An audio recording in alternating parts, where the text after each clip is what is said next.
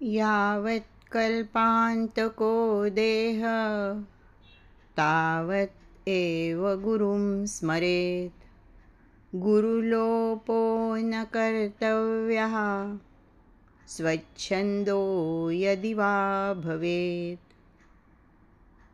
कल्पांतापर्यंत म्हणजे देहाचा नाश होईपर्यंत, म्हणजे जोपर्यंत देह आहे तोपर्यंत गुरूंचे स्मरण अवश्य करावे।